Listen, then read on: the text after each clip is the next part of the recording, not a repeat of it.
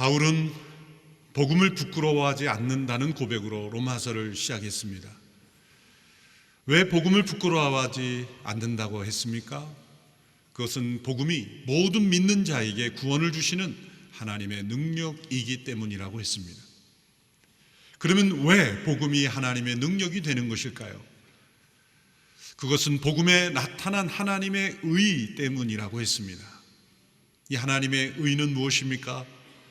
하나님의 성품, 본질, 속성으로서의 의가 아니라 죄인된 인간을 의롭다 여겨주시기 위해서 예수 그리스도께서 성육신 하시고 십자가에서 죽으시고 부활하심으로써 이루신 의, 획득하신 의, 우리를 의롭다 하시기 위해서 하나님께서 만들어주신 의, 우리 인간에게 필요한 의, 그 의를 하나님이 예수 그리스도를 통해 선물로 주신다는 의입니다. 우리가 구원을 받는다는 것은 죄인된 우리가 값없이 하나님의 의로 의롭다함을 받는다는 것입니다. 그 의롭다함을 받음으로 우리는 죄에서 자유케 되고 또한 거룩한 삶을 살 수 있게 되기 때문입니다. 인간은 스스로 의로움이 없으며 하나님의 의가 필요하다는 것입니다. 로마서 1장 1절부터 17절까지는 로마서의 서론이었습니다. 그중 지난주 살펴본 16절, 17절의 말씀은 로마서의 주제 말씀입니다. 복음에는 하나님의 의가 나타난다. 복음은 모든 믿는 자에게 구원을 주신 하나님의 능력이 된다. 그래서 믿음으로 얻게 된 자는 믿음에서 믿음으로 이르러 믿음으로 살아간다. 이 말씀이 성경 전체의 주제이기도 합니다. 그런데 이 하나님의 의에 대한 말씀이 이제 로마서 3장 21절에 가서 다시 등장합니다. 이제는 율법 외에 하나님의 한 의가 나타났다. 또 다른 하나님의 의가 나타났다라고 말합니다.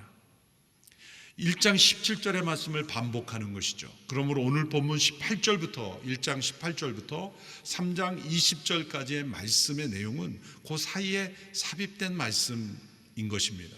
그 주제는 무엇입니까? 왜 인간에게 하나님의 의가 필요한가라는 것을 설명하는 겁니다. 왜 인간에게 하나님의 의가 필요합니까? 인간의 불의함에 대하여 하나님의 진노가 있기 때문이라는 것입니다. 그래서 1장 18절부터 3장 20절까지의 말씀은 하나님의 진노가 주제입니다. 그래서 금주부터 시작해서 앞으로 몇 주간 매주 하나님의 진노에 대한 말씀을 듣게 될 것입니다. 이 말씀을 달게 받고 이 말씀을 깊이 깨닫고 이 말씀을 믿음으로 받아들일 때 우리는 믿음으로 하나님의 의로 의롭게 된다라는 이 복음의 진리를 분명하게 깨닫게 될 것입니다. 로마서는 우리에게 굿뉴스를 먼저 전하기 전에 배드뉴스를 먼저 전합니다. 복음이 기쁜 소식인 까닭은 우리에게 나쁜 소식을 극복하는 구원의 길이 허락되었기 때문입니다. 그 나쁜 소식은 무엇입니까? 인간의 불의함에 대하여 하나님의 진노가 있다는 것입니다. 로마서는 사랑의 하나님을 증거하기 전에 먼저 진노의 하나님을 증거합니다. 사람들은 하나님의 사랑에 대해서 말하면 고개를 끄덕이며 받아들이지만 하나님의 진노에 대하여 말하면 받아들이려 하지 않습니다. 하나님이 사랑이시라고 하는 것은 받아들이겠는데 하나님이 진노하신다는 것은 받아들이지 못하겠다는 것입니다. 어떻게 사랑의 하나님이 진노하실 수 있느냐? 하나님이 사랑이시라면 진노하신다는 것은 앞뒤가 맞지 않는 거라는 그런 논리죠. 그러나 그런 논리가 과연 맞을까요? 왜 하나님의 사랑이 하나님의 진노와 연결되는지를 잠시 설명해 드리겠습니다. 하나님은 사랑이십니다 라고 할 때 그 하나님의 사랑은 하나님의 본질입니다. 본질적인 성품입니다. 본질이라는 것은 변하지 않는다는 겁니다. 한 단어를 더 붙이면 좀 어려운 설명일지 모르지만 본질적인 완전함이다 이렇게 설명을 합니다. Intrinsic perfection, 본질적인 완벽함, 완전함, 이것은 대상에 따라 상황에 따라 바뀌지 않는다는 겁니다. 하나님이 우리를 사랑하실 때 우리가 사랑스러울 때만 사랑하시는 것이 아닙니다. 우리가 사랑스럽지 않을 때도 하나님은 여전히 우리를 사랑하십니다. 우리를 향한 하나님의 사랑은 조건적이 아닙니다. 우리의 상태와 상황과 심지어 하나님의 감정에 따라서도 좌우되지 않습니다. 그것이 본질적인 완전함입니다. 우리가 죄와 악을 범하고 있을 때도 우리를 향한 하나님의 사랑은 변하지 않습니다. 여전히 우리를 사랑하십니다. 그래서 본질적인 완전함이라는 것입니다. 그러나 우리가 죄와 악 가운데 있을 때 하나님의 사랑은 변치 않고 여전히 우리를 동일하게 사랑하시지만, 우리가 죄와 악에 있을 때는 하나님은 진노하십니다. 또 진노하셔야만 합니다. 우리를 사랑하시기 때문입니다. 하나님의 사랑은 우리가 하나님 앞에 사랑스럽기를 원하시기에, 우리가 하나님의 앞에서 합당하지 않은 모습일 때는 그 합당하지 못한 모습을 제거하기를 원하십니다. 그래서 진노하시는 겁니다. 자녀가 옳지 않은 모습을 할 때 아무런 분노가 일어나지 않는다면 자녀를 사랑하지 않는 것이겠죠. 하나님의 사랑은 우리를 거룩하게 하심으로 우리가 더 사랑스러워지기를 원하시기에 우리의 죄와 악에 대하여 하나님은 진노하신다는 겁니다. 그러나 때로 우리의 인간 안에 있는 진노, 사람 안에 있는 분노는 어떤 죄와 악에 대하여, 또 어떤 사람의 문제에 대하여 분노할 수도 있지만, 때로는 자기 자신의 죄와 악으로부터 일어난 분노일 수도 있습니다. 되게 우리 어린 자녀들을 키우면서 부모가 화가 나죠. 그런데 때로는 어린 자녀들이 잘못한 것 그 이상으로 화를 낼 때가 많아요. 부모가 그냥 힘들어서 화낼 때도 있고, 때로는 다른 스트레스를 자녀들에게 퍼부을 때도 있지 않습니까?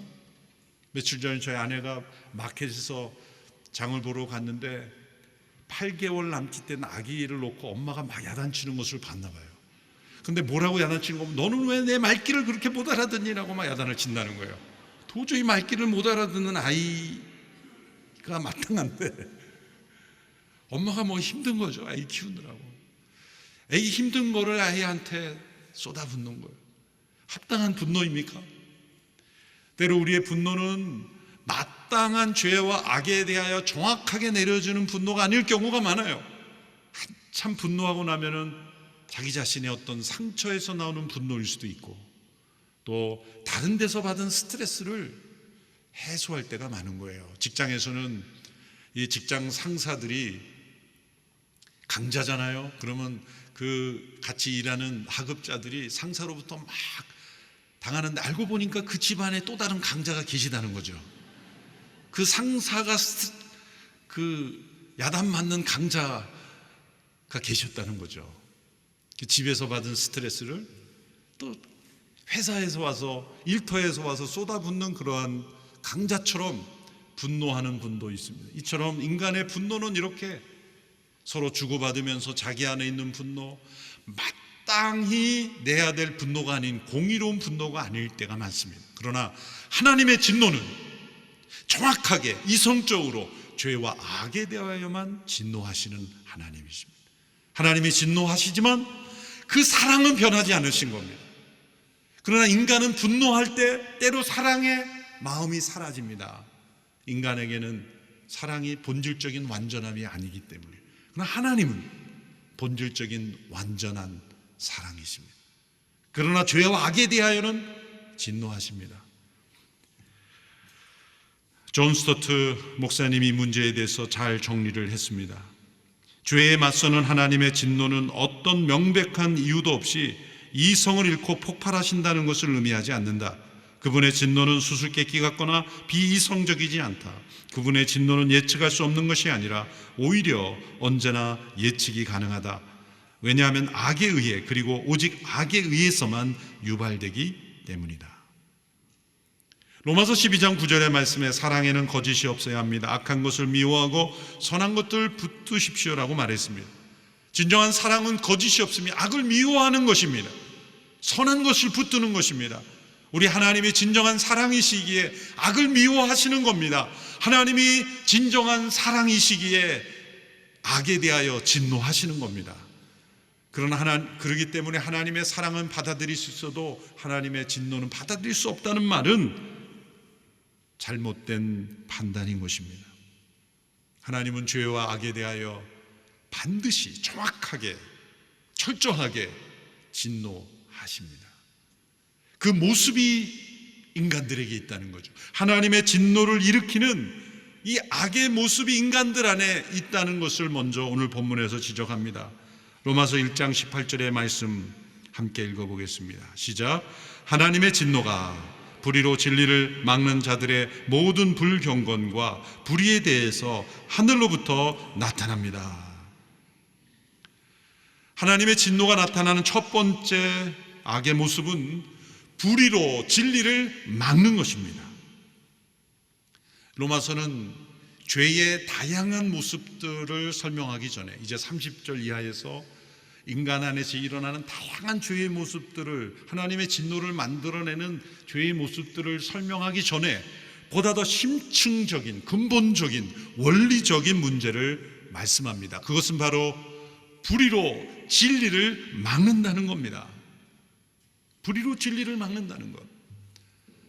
그것은 하나님의 영원하신 능력과 신성이 분명히 나타남에도 불구하고 그 하나님의 진리를 가로막고 회방하고 그리고 받아들이지 않고 도전하고 혼란케 함으로써 하나님의 진리가 나타나지 못하도록 가로막는 일을 인간의 불의함이 하고 있다는 것입니다. 여러분, 하나님을 알 수 있는, 하나님이 계시다는 증거가 어디에 있습니까?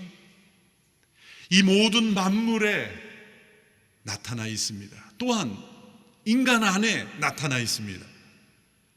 이 만물에 나타난 하나님의 계시, 또 인간 안에 나타난 하나님의 계시, 하나님을 부인할 수 없는 분명한 계시가 나타남에도 받아들이지 않습니다.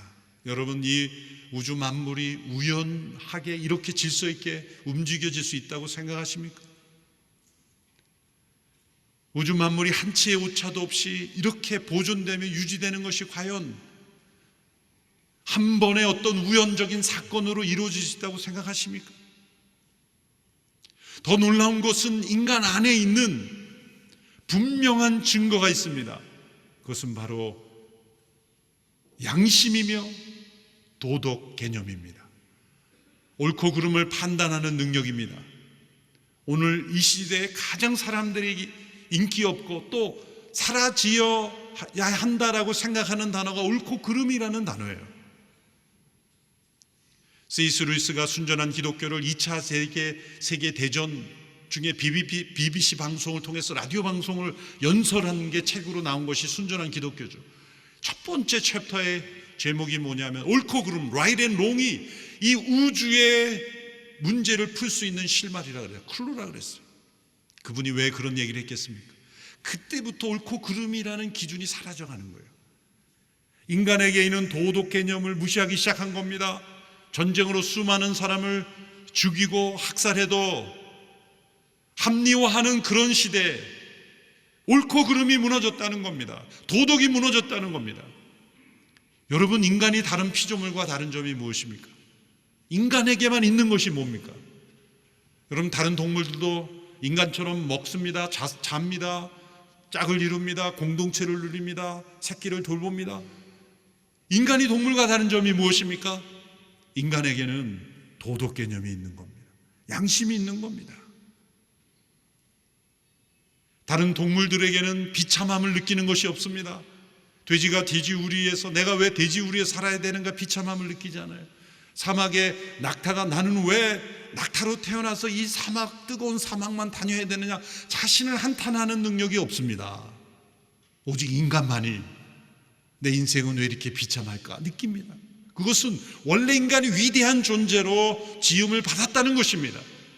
인간은 옳지 않은 상태에 있으면 불안을 느끼고 두려움을 느낍니다. 올바른 상태에 있을 때 기쁨을 누리고 평안을 느끼는 것입니다. 인간에게 이 도덕 개념은 어디서 온 것일까요? 인간을 끊임없이 괴롭히는 양심은 어디서 온 것일까요? 그것은 어떤 교육을 통해 주어지는 것도 아닙니다. 문화적 산물이 아닙니다. 동물적인 본능도 아닙니다. 이것은 인간을 창조하신 분이 선하신 분이고 의로우신 분이고 사랑이신 분임을 우리에게 증거하는 것이죠. 세상의 모든 만물을 보아서도 하나님의 창조하신 분이 계시다는 걸 우리가 알 수 있지만, 인간 자신을 들여다보면 내가 옳은 길을 가고 있으면 확신이 있고 담대함이 있습니다. 옳지 않은 길을 하면 불안과 두려움이 있고 수치스러움이 있는, 부끄러움이 있는 것은 왜입니까? 다른 동물들에게는 없어요. 다른 동물은 내가 이를 마땅히 해서는 안 되지. 야생동물이 그런 약한 동물을 숨어가지고 갑자기 덮쳐서 잡아먹으면서 내가 꼭 이렇게 살아야 되나? 나는 왜 이렇게 정정당당하게 살지 못할까? 표범이나 호랑이나 사자가 그렇게 그 사냥을 하면서 가책을 느끼며 통곡하는 동물이 없어요. 그저 본능을 따라 살기 때문이죠. 그러나 인간은 연약한 자를 돌보지 못하고 내가 조금 도와주면 살 수 있는 사람 돕지 않았을 때 느끼는 자책감이 있어요. 옳지 않은 것으로 자신의 욕심을 취할 때 느끼는 두려움이 있습니다. 왜일까요?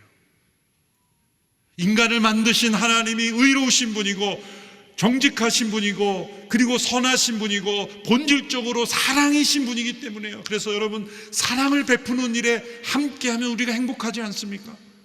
무엇인가 우리가 나누고 베풀어주고 돕는 사람이 행복함을 느끼지 않습니까? 내가 더 많은 것을 가지려 하기보다 무엇인가 조금이라도 나누고 베풀 때 인간이 가장 행복함을 느끼는 이유는 무엇일까요? 우리를 창조하신 분이 사랑이신 하나님이시기 때문이에요. 이 도덕 개념, 이 양심의 개념은 바로 우리가 하나님을 알 수 있는 중요한 채널입니다. 문제는 인간의 불의함이 이 진리를 막는다는 겁니다. 오늘 본문 19절 20절의 말씀을 함께 보십시오. 함께 읽겠습니다. 시작.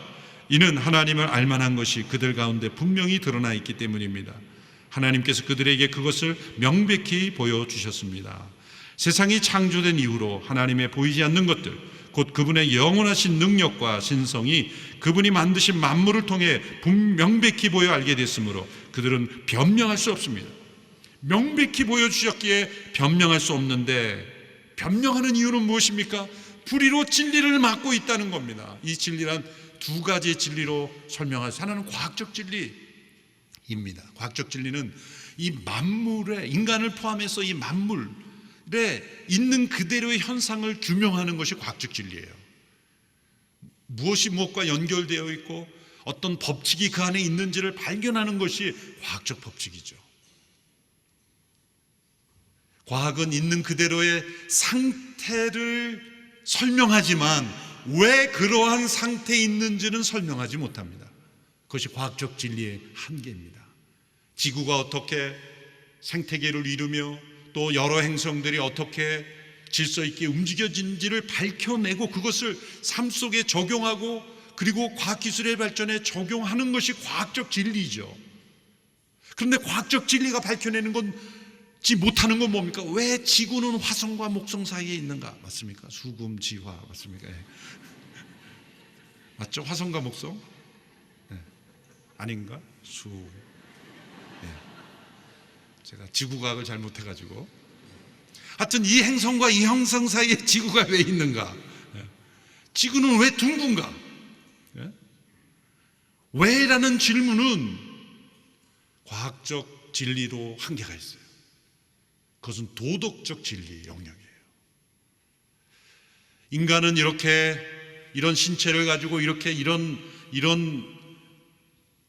스타일로 살아가는 것, 인간 안에는 이런 기능들이 있어서 어떻게 해야 이것이 소화도 잘 되고 건강해지는, 이건 과학적 발견이에요. 그런데 왜 인간은 존재하는가? 이것은 과학적 진리로는 설명을 못해요. 왜 산이 저기에 있으며 나무는 왜 여기에 있으며 이 돌은 왜 여기에 있는가? 그건 과학적 진리가 설명할 수 있는 게 아니에요. 도덕적 진리. 그건 뭡니까? 인간의 존재 이유. 무엇을 위해서 살아야 하는가? 그것이 도덕적 진리인데 오늘 이 시대의 문제는 불의로 진리를 막는 거예요. 오늘 이 시대의 사람들이 가장 싫어하는 단어가 진리입니다. 대학마다 표면에 베리타스라는 진리라는 라틴어 문구는 다 붙여놓았지만 빛과 진리라는 이 단어가 유수한 대학에 다 있죠. 그런데 가장 사람들이 거부하고 있는 게 진리예요. 소위 포스트 모더니즘의 핵심 명제는 무엇입니까? 모든 사람들이 객관적으로 받아들여야 되는 공적인 진리는 없다는 거예요. 거짓말입니다. 모든 사람들이 받아들여야 될, 의무적으로 준행해야 될 도덕적 진리는 없다는 겁니다. 심지어 남과 여의 성조차도 이것은 내가 선택하는 것이 받아들여야 되는 게 아니다. 이 땅에 태어나는 생명은 우리가 잘 키워야 되는 것이 생명이라고 여겼지만 요즘 사람들은 내가 결정하면 없앨 수도 있는 것이지. 모든 사람들이 받아들일 공적 진리가 없다는 거예요. 제가 이것이 거짓말이라고 여러 번 말씀드렸죠. 모든 사람들이 받아들여야 될 객관적인 진리는 없다라고 하면서 요 명제만큼은 절대적이라는 거예요. 여러 번 말씀드렸지만 아직도 이해 못하시는 분들이 있는 것 같아요. 다음번에 또 다시 말씀드리겠습니다. 이 시대를 흐르고 있는 이 사람들의 인식 속에 숨어 있는 거짓말, 불의로 진리를 어떻게 막고 있는지를 알아야 되는 거예요. 모든 사람들이 바라야 될 객관적 진리가 없다고 말함으로 자기가 느끼는 것이 진리가 되는 시대, 영적 사사시대가 되는 것입니다. 핵심은 무엇입니까? 진리의 근원이신 하나님을 도전하는 것입니다. 우리가 믿고 따라야 할 하나님이 계시지 않다고 말하는 겁니다. 사람들이 각자 느끼고 생각하는 대로만 살면 된다는 것이라고 주장하는 것이죠. 그 결과 하나님을 알 수 있는 분명한 명백한 계시들을 가로막는 것입니다. 그 결과 어떻게 됩니까? 하나님을 영화롭게 하지도 않고 감사하지도 않는 것입니다. 21절의 말씀을 보십시오. 그들은 하나님을 알면서도 하나님을 영화롭게도 하지도 않고 감사하지도 않았습니다. 그들의 생각이 허망해졌고 그들의 어리석은 마음은 어두워졌습니다. 여기서 하나님을 알면서도 라는 것은 하나님을 다 안다는 게 아니라 하나님을 안다는 게 뭘까요? 우리가 하나님은 다 알 수 없으신 분이라는 걸 안다는 것이 하나님을 안다는 거예요. 집에서 같이 살고 있는 반려견이 아무리 주인과 가깝다 그래도 인간의 세계를 알까요? 땅속에 있는 개미가 인간의 세계를 모르듯이 우리가 하나님을 다 알지 못합니다. 우리가 하나님을 다 알지 못한다는 것을 안다는 것이 하나님을 안다는 것이에요. 그럼 우리가 해야 될 것은 무엇입니까?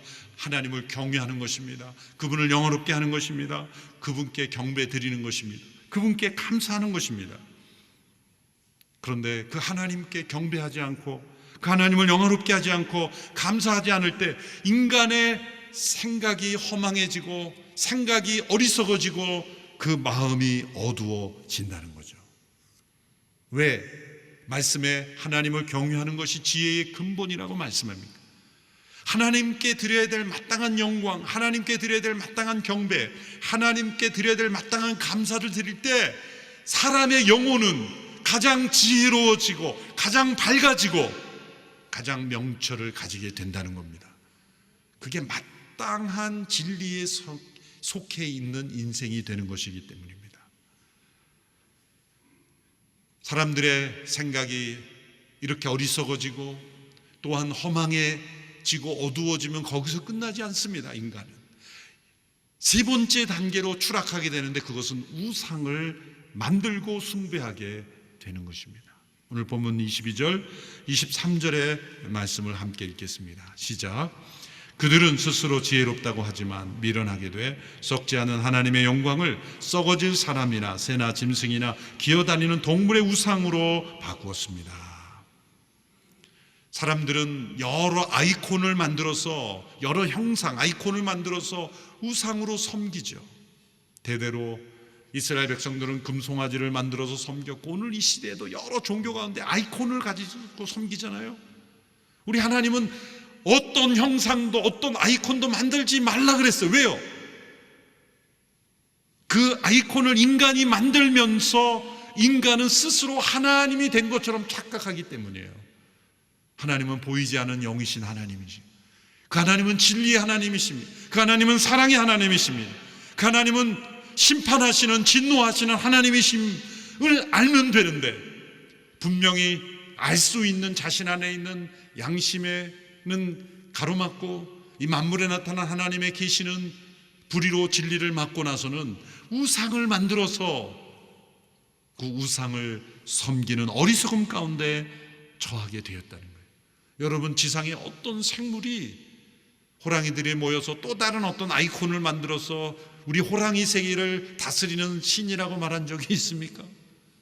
어떤 동물들이 어떤 아이콘을 만들어서 숭배합니까? 그런데 인간은 놀랍게도 21세기의 첨단 과학기술 연구소를 만들어 놓고 그 앞에 돼지 머리를 잘라놓고 절을 하며 우리 기술이 잘 발전해 달라고 절을 하는 이 모순은 왜일까요? 그것은 인간이 위대한 존재로부터 떨어짐으로써 추한 모습이 되는 거예요. 인간의 타락을 fall, 영어로는 떨어졌다 그러잖아요. 원래 있는 자리가 높을수록 떨어지면 많이 아픕니다. 높은 데서 떨어질수록 심하게 깨지지 않습니까? 다른 피조물에게 비참함을 느끼지 않고 불안감, 그런 두려움, 이런 어떤 비참함이 없는 것은 떨어진 폭이 좁은 거예요. 이 세상이 죄로 말미암아 타게 됐더라도 다른 생물들은 타락 이전의 상태와 그다지 다를 바가 없는 거예요. 양육강식이 더 강해진 정도? 과거에 에덴 동산에서는 그런 연약한 동물과 강한 동물이 서로 양육강식이 아닌 서로 조화를 때문에 이제는 서로 잡아먹는 정도? 근데 인간은 무엇입니까? 이렇게 새나 짐승이나 기어다니는 동물의 우상을 만들어서 만물의 영장인 인간이 만물의 찌꺼기 같은 존재를 우상으로 만드는 그런 시대. 애굽 시대에는 10가지 재앙이 있었죠. 거기 보면 개구리 그런 재앙을 내리셨죠. 그게 다 애굽의 우상들이었어요. 그러한 피조물들을 우상으로 만드는 인간은 왜 그렇게 된 걸까요? 여러분, 유기농일수록 빨리 썩잖아요. 타락한 것이 원래 소재가 좋을수록 더 심하게 망가지는 거예요. 인간이 그처럼 위대하게 지음을 받았기에 타락하면 더 심하게 추락하여 우상에 떨어지는 거예요. 그럼 어떻게 됩니까? 다시 거슬러 올라가요. 어떻게 이것을 극복할 수 있습니까? 인간에게 원래 있어야 될 하나님의 진리를 진리로 받아들이고 하나님을 영화롭게 하고 하나님께 감사하며 경외하며 살아가야 될 위치를 지켰다면 이러한 타락이 이루어지지 않죠. 팀 켈러 목사님이 중요한 문장을 잘 정리해 남겼습니다. 인간의 마음은 종교적으로 중립적인 진공 상태가 아니다. 무엇인가를 숭배해야 한다. 우리는 창조주를 경배하도록 만들어졌기 때문에 그분을 거부하면 그 대신 다른 무엇인가를 경배하게 되어 있다. 우리는 목적이 있는 피조물이기에 무엇인가를 위해 살아야 하기 때문이다.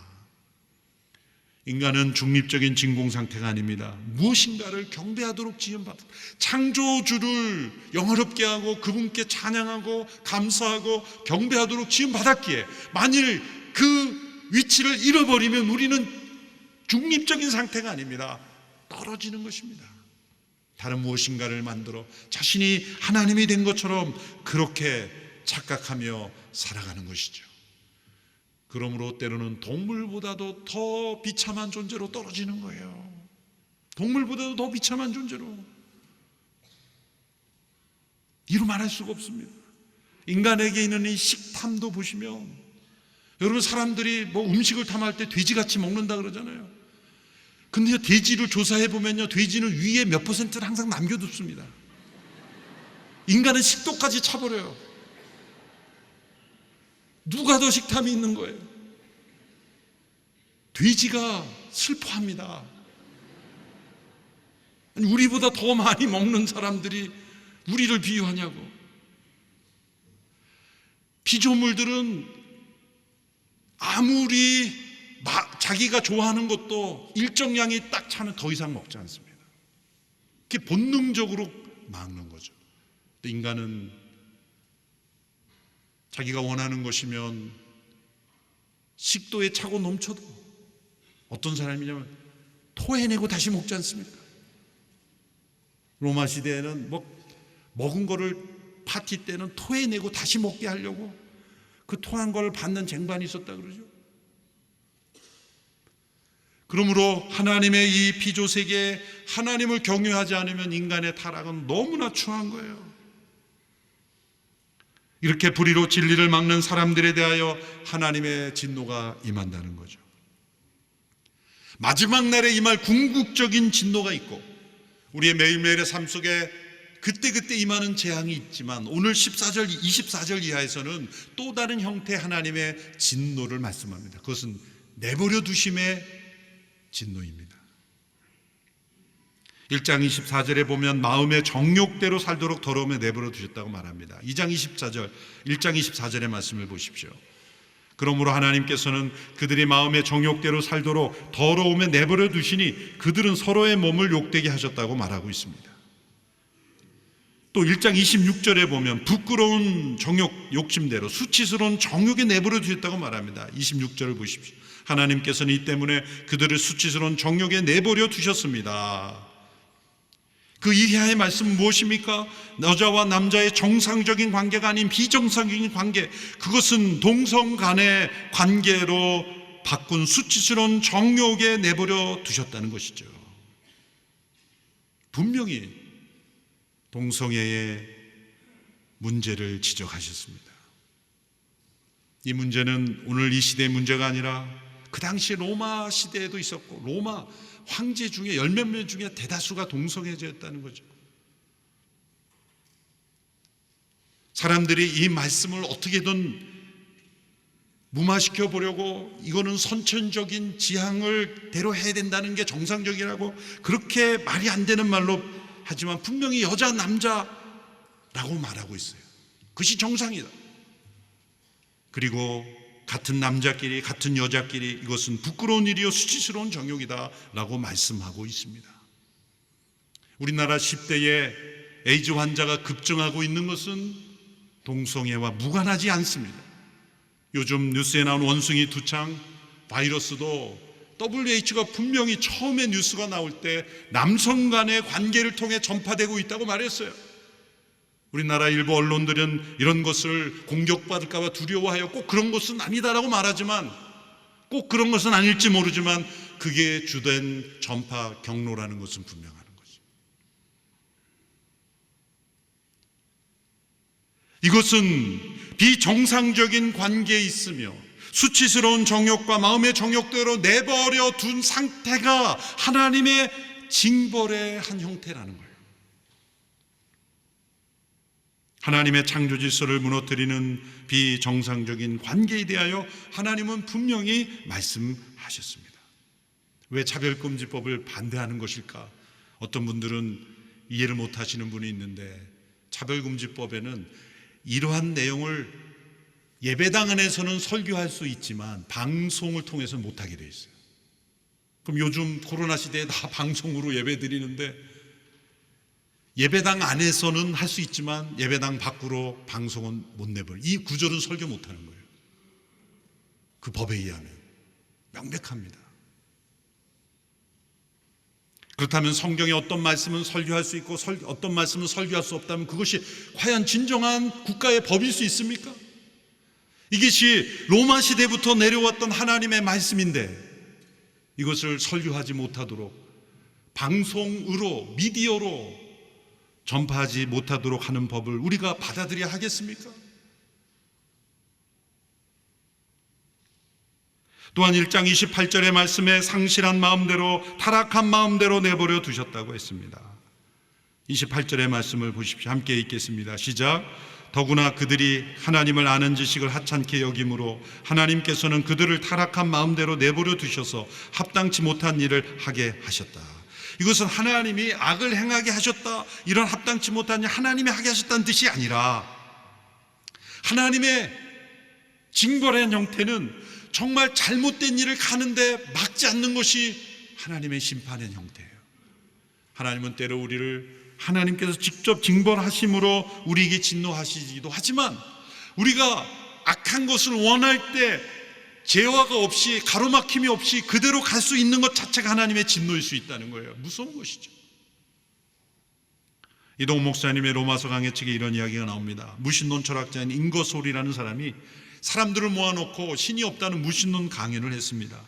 강의의 마지막에 하나님께 대한 이런 도전장을 던집니다. 내가 앞으로 신에 대하여 5분간 저주를 할 텐데 만일 신이 있다면, 살아있다면 나를 저주하고 나를 형벌을 달라. 그리고 5분 동안 이루 말할 수 없는 저주로 신을 저주합니다. 5분이 되어도 아무런 일이 없자 거보십시오. 여러분, 이만하면 신이 존재하지 않는다는 증거가 아닙니까? 신이 존재하면 이렇게 신을 저주하는 나를 징벌해야 되지 않습니까? 그때 뒤편에 있던 한 어르신이 앞으로 나면 이렇게 말했습니다. 여보게, 내 경험에 의하면 내가 섬긴 하나님은 내가 하나님을 거스리고 악을 행할 때 때로 나를 책망하시고 징계하셨어. 왜냐하면 나를 사랑하시기 때문이고 나를 그대로 내버려 두실 수 없는 내가 하나님의 자녀이기 때문이요. 오늘 당신이 한 행동에 대하여 하나님이 침묵하신다면 어쩌면 당신은 버림받은 사람일 수도 있어. 하나님께서는 인간이 마음의 정욕대로 수치스러운 부끄러운 욕심대로 타락한 상실 마음대로 내버려 두시지만 그 내버려 두신 게 더 무서운 하나님의 심판일 수 있습니다. 때로 우리가 죄를 범하고 그것을 깨닫고 하나님께서 이것을 원치 않으시고 그리고 우리를 징계하신다면 그것은 희망이 있는 것입니다. 하나님이 버리지 않으셨기 때문입니다. 우리가 두려워해야 되는 것은 무엇입니까? 하나님의 진노가 없다는 생각입니다. 하나님의 진노라는 것은 인간이, 기독교가 사람들을 엉걸매기 위해서 만들어진 개념이라는 것은 거짓입니다. 하나님의 진노는 살아있습니다. 그러면 우리는 이렇게 기도해야 됩니다. 하나님, 우리를 내버려 두지 마십시오. 때로 우리를 징계해서라도 옳은 길로 돌아서게 해 주십시오. 우리는 우리 스스로의 의로 하나님 앞에 설 수 없습니다. 우리에게는 값없이 주어지는 하나님의 의가 필요로 합니다. 그렇게 하나님 앞에 기도하고 나가는 것입니다. 이제 3장 20절까지의 말씀을 통하여 우리에게는 하나님의 의가 절실히 필요한 진노 아래 있는 인간이라는 것을 깊이 깨닫는 우리 모두가 되기를 축원합니다. 기도하겠습니다. 하나님 아버지, 하나님의 진노 아래 있는 저희들입니다. 하나님께서 내버려 두시는 진노가 임하지 않게 되기를 원합니다. 하나님을 두려워하며 영화롭게 하며 감사하며 하나님을 경배하며 우리가 하나님께 마땅히 드려야 될 믿음의 태도를 가지는 저희들 되게 하여 주옵소서. 예수님의 이름으로 기도하옵나이다. 아멘.